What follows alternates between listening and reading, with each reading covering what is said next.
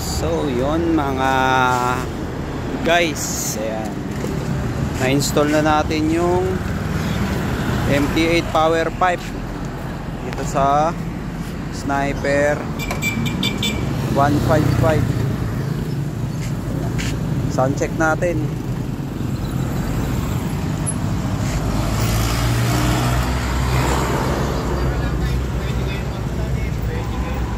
Okay pre.